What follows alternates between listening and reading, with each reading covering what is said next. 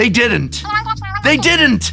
They did! A card that is essentially Snapcaster Mage is now legal in Standard, and it's gonna be legal in Standard for 3 years? This is gonna ruin Standard forever. What was Wizards of the Coast thinking? And scene. Many Magic the Gathering players asked the question, did they just reprint Snapcaster Mage into Standard? And the answer is, no, they didn't.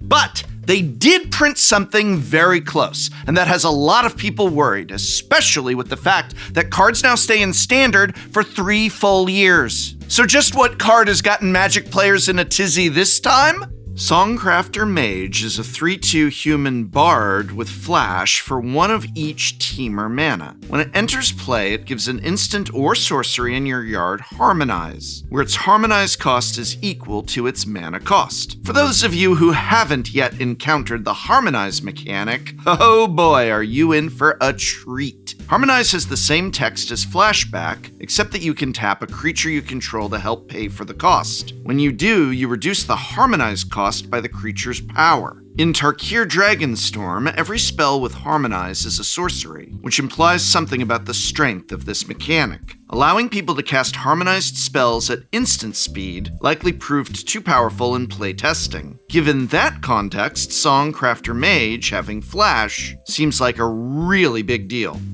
So, first of all, the question people should be asking is, would Snapcaster being Standard legal really be that bad of a thing to begin with? I mean, come on, I love Snapcaster Mage, don't you? Wouldn't you love to play it in Standard? But alright, let's be rational about Songcrafter Mage for a moment. Is Songcrafter Mage as good as Snapcaster Mage? Is it actually going to be good in Standard?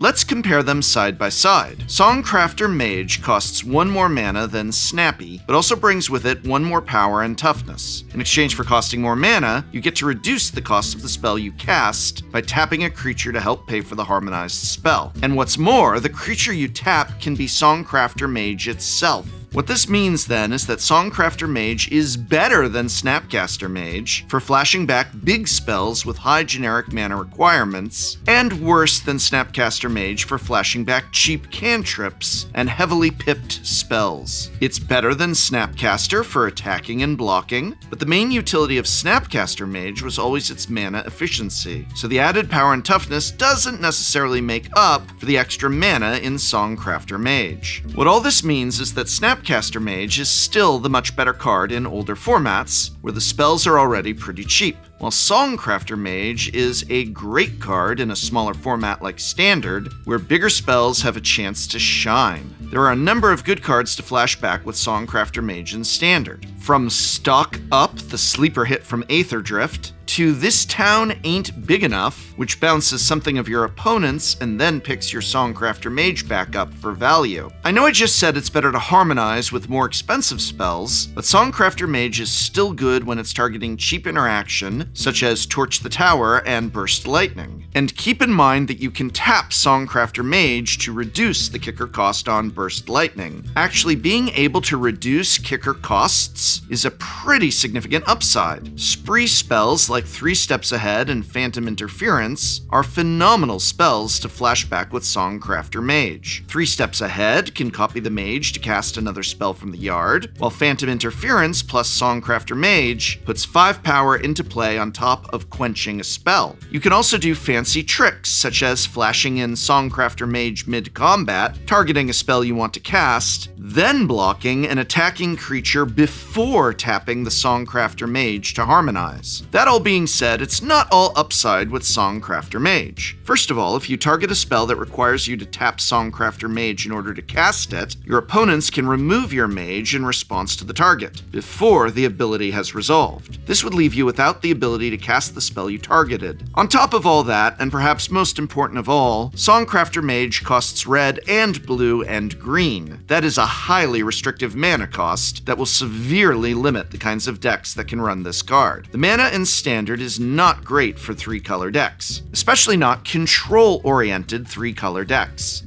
This limiting factor might be enough to prevent Songcrafter Mage from seeing Standard play right out of the gates, but with enough new sets bringing new mana bases into the format over the next several years, I wouldn't be surprised to see Songcrafter Mage suddenly become one of the most powerful cards in Standard before its time is up in the format. But what about the rest of the cards in Tarir Dragonstorm? How many of them are going to make an immediate impact in Standard? Well, the answer is quite a few. And in this video, I will go over the other standard viable cards from Tarir Dragonstorm besides Songcrafter Mage that I believe are going to have a huge shot at being standard relevant in the first few weeks of the format. These are powerful cards that either slot into existing standard decks or maybe even spawn complete new archetypes all their own. So let's discuss what else is likely to be relevant and how it compares to Songcrafter Mage. I hope you brought your fire-resistant poncho because we're about to enter Dragonstorm. Standard. Viable cards. From Tarkir. Dragonstorm. Let's begin. And don't forget, I'm giving away 20 collector booster boxes. That's right, 10 collector booster boxes of Commander Masters and 10 collector booster boxes of Commander Legends 2 Battle for Baldur's Gate being given away by me to you this Thursday at 3 p.m. Pacific on my Whatnot stream. That's right, it's the famous Whatnot card show going on all weekend long, starting with my stream and continuing on with hundreds, literally hundreds of other card sellers offering all kinds of cool Magic the Gathering and other trading card deals, from packs to accessories to singles. And my stream is no exception. In addition to these 20 collector booster boxes that I'm giving away, there's other surprises, as well as a store filled with Magic the Gathering booster packs, boxes, and cool things like signed playmats. We've restocked several classic playmat designs, as well as introduced new original artwork. And all of this is in celebration of the great Whatnot card show. And when you use my invite link, you'll receive a $15 credit to spend anywhere on my stream or anyone else's. Just go to www.whatnot.com/invite/Tolarian College and you'll get a $15 credit. Buy whatever you like and hang out with me, and maybe, just maybe, walk away with one of these 20, that's right, 20 collector booster boxes at the start of the Whatnot card show this Thursday at 3 p.m. Pacific. I hope to see you there. All right, gather round, children, gather round. It's time for Grandpa to tell you a story of an ancient set known as Original Innistrad. I was there. And during that time, there was a land that you could put in your deck that would turn the creature cards in your graveyard into 1/1 spirit tokens. This land was known as Moorland Haunt, and it was really very quite good. Some of you might see where I'm going with this because number 5 on the list is Great Arashin City.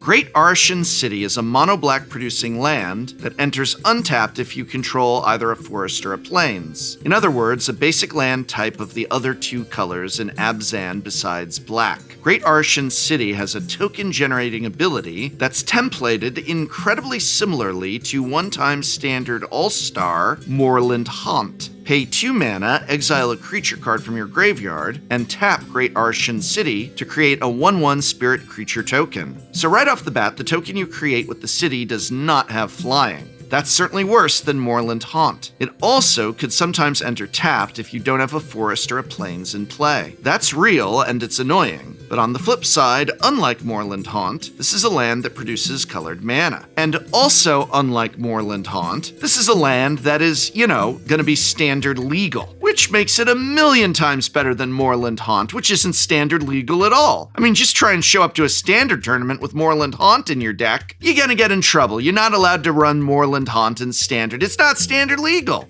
But anyway, the main reason this card is great is the same reason many utility lands are great. It's like you put an extra spell in your deck without cutting back on lands or playing more than 60 cards. You don't even have to activate this that many times to be thrilled that you put it in your deck. A land that generates even just one 1/1 token is better than the vast majority of lands that people play in standard. And this has the capability to generate way more than just 1 token over the course of a match. The natural home for Great Arashin City is a Golgari mid-range deck, but it also fits into the Golgari Insidious Roots deck that's been lurking on the fringes of Standard for the past year. This is a deck we actually saw in action in our recent Shuffle Up and Play, so if you're curious at all to see how it operates, you should go watch that video if you haven't already. And of course, if we see an Orzhov or even Abzan deck crop up in the coming weeks, this will be a great land there too. Its biggest issue is there are a lot of lands people play in Standard that don't have basic land types. As such, you might find your Great Arashin City entering tapped more often than you'd expect it to.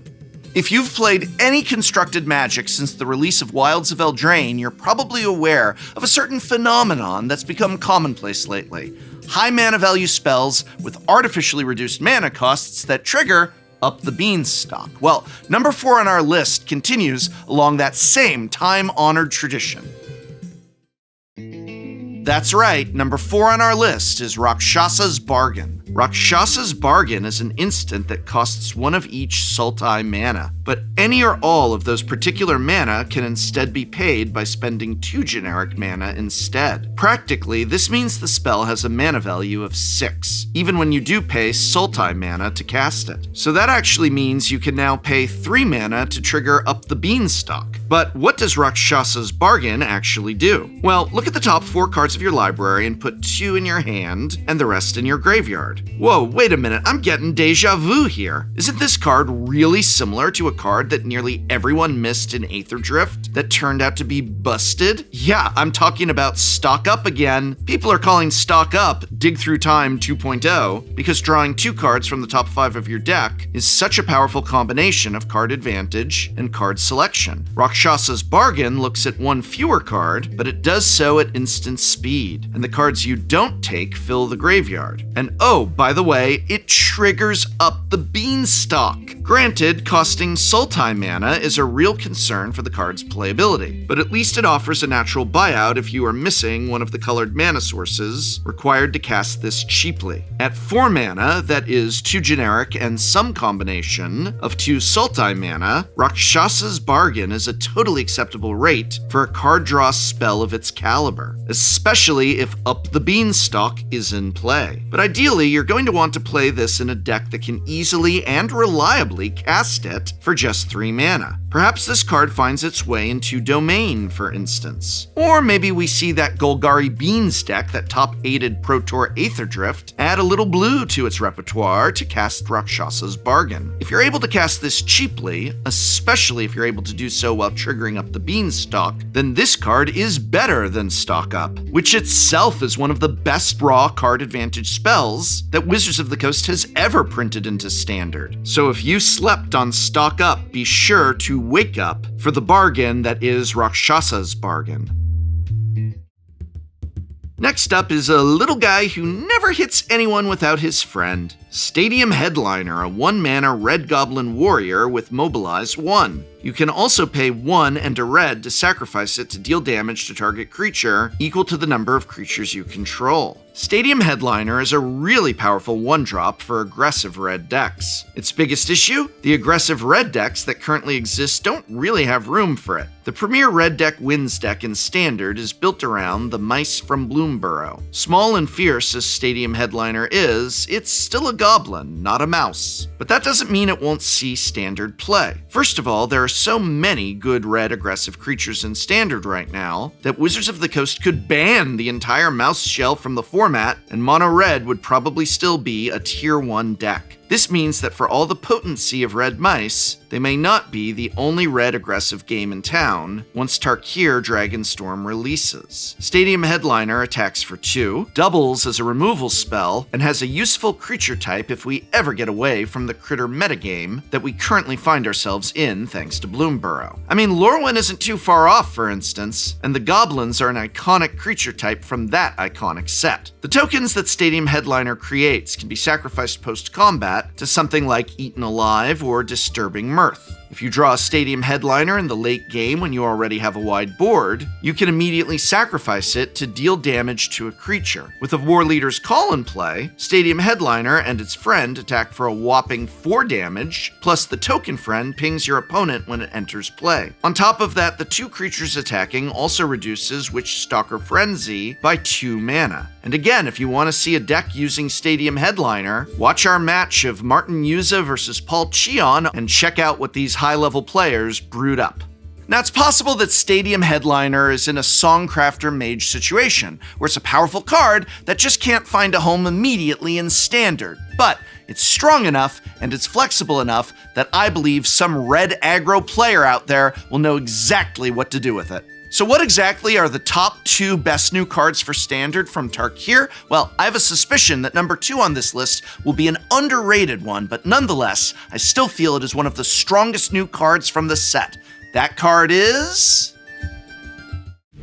Coming in at number 2 is Winternight Stories, and let me tell you a story about this card. Winternight Stories is a 3-mana blue sorcery that reads, draw 3 cards, then discard 2 cards unless you discard a creature card. It also has Harmonize for 4 generic and a blue mana. Okay, hear me out. Yes, I recognize that a 3-mana sorcery speed card advantage spell is inherently competing with Stock Up for space in the format. I also recognize that most spells that compete with Stock Up for space in the format come up short, but I think this card has some serious potential. The front half side is just a reasonably strong card. Compulsive research effects are often playable in Standard, but these effects have never had functional flashback before, let alone flashback that can have its cost reduced by up to 4. If, and yes, this is a big if, you have a 4-power creature in play, then you can cast and harmonize Winternight Stories for just 4 total mana. That means for 4 mana, you're looking at 6 cards and possibly only discarding as few as 2 of them. That's an absurd amount of cardboard you'll put in your hand for not much mana and only a single card spent. The biggest hurdle to overcome with Winternight Stories is finding a home for it. You need a deck with plenty of creatures that doesn't mind casting a 3-mana sorcery. One place that Winternight Stories could fit is the Temur Otters deck that broke out at last year's World Championship. Temur Otters has fallen out of favor recently, but Winternight Stories is exactly the kind of power boost the deck needs to catch back up to the current fast-paced and powerful Standard meta game. But I have another suggestion for where Winternight Stories might fit. Insidious Roots. Yeah, I'm talking about Insidious Roots again. I touched on this deck earlier in the video, you saw it played in our recent Shuffle Up and Play, but I really think that this is a card that could break Insidious Roots wide open. The fundamental problem with Insidious Roots is that while the card itself is very powerful, the shell around it is full of weak standalone cards. It's also a deck that's heavily reliant on finding the card Insidious Roots. Winternight Stories solves that problem single-handedly, both because it's an absurdly strong card on its own, and because it helps dig you toward Insidious Roots. The Roots deck has plenty of creatures you don't mind discarding to the Winternight Stories, and your token mana dorks are happy to help you splash for the spell with Insidious Roots' ability. For all those reasons and more, I think Winternight Stories is the second best card, besides of course Songcrafter, to come out of Tarir Dragonstorm for Standard.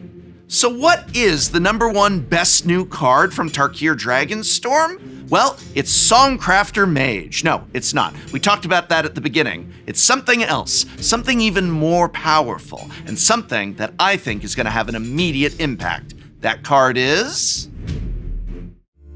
Alright, I've saved the best for last. The most powerful new card for Standard from Tarir Dragonstorm is Cori-Steel Cutter. Cori-Steel Cutter is an equipment for 1 and a red that reads, equipped creature gets +1/+1 and has trample and haste. You can equip Cori-Steel Cutter for 1 and a red, but you're more likely going to want to spend your mana triggering Cori-Steel Cutter's flurry ability. Whenever you cast your second spell in a turn, create a 1/1 monk token with prowess and attach Cori-Steel Cutter to it. This card is really, really strong. With all the cheap interaction in the format, plus the combination of Opt, Sleight of Hand, and Crash Through, it is really not difficult to consistently trigger Flurry in Standard right now. Heck, there's even that new 1-mana cantrip from Dragonstorm with Harmonize, plus a new Shock that also has Harmonize. There are also plenty of cheap creatures to complement this card too, like Monastery Swiftspear, Slick Shot Show-Off, and of course, Storm Chaser's Talent. And while interaction is great against a lot of these creatures, it's not very good against Cori-Steel Cutter. There's not a lot of main deck artifact removal in Standard right now, which means your opponents will be left having to answer each token you generate individually if they can't remove the Steel Cutter. Even if they do have artifact removal, if you wait to cast Steel Cutter until you have a second spell to cast at the same time, then you're guaranteed at least one trigger of the Steel Cutter before your opponent has an opportunity to respond. In a control deck, you can also trigger the Steel Cutter on your opponent's turn, such as by countering a spell of theirs and then by casting an Opt or a Torch the Tower, bargained, if necessary, by sacrificing a monk that you created earlier in the game. Cori-Steel Cutter is one of the best possible kinds of threats you can run, one that takes over the game if left unanswered, but is inherently really hard to answer due to its uncommon card type and its ability to spread out the power it generates across multiple bodies. I strongly believe that Cori-Steel Cutter is the premier threat in Tarir Dragonstorm.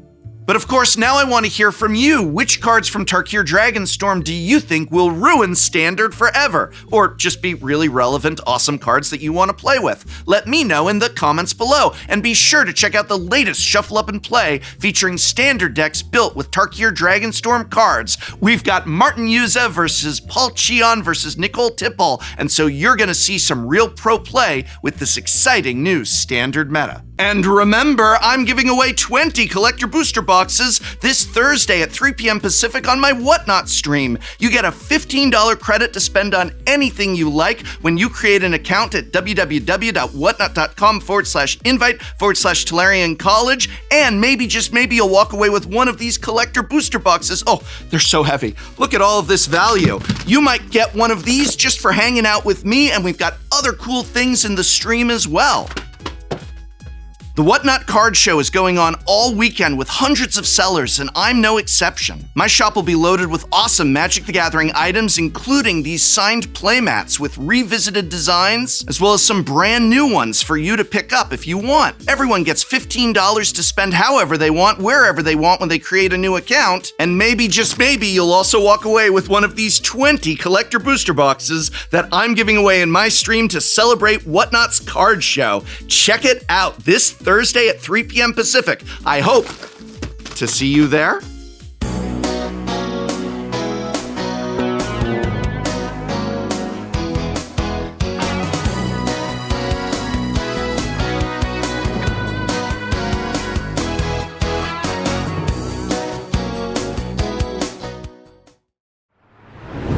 Next time on Shuffle Up and Play.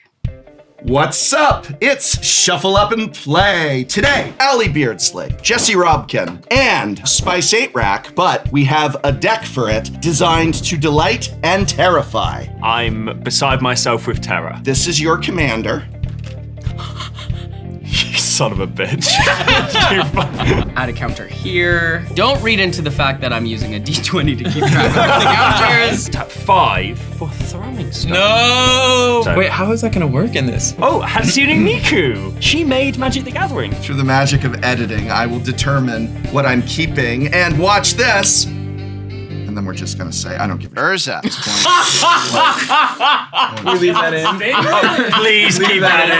Please keep that in.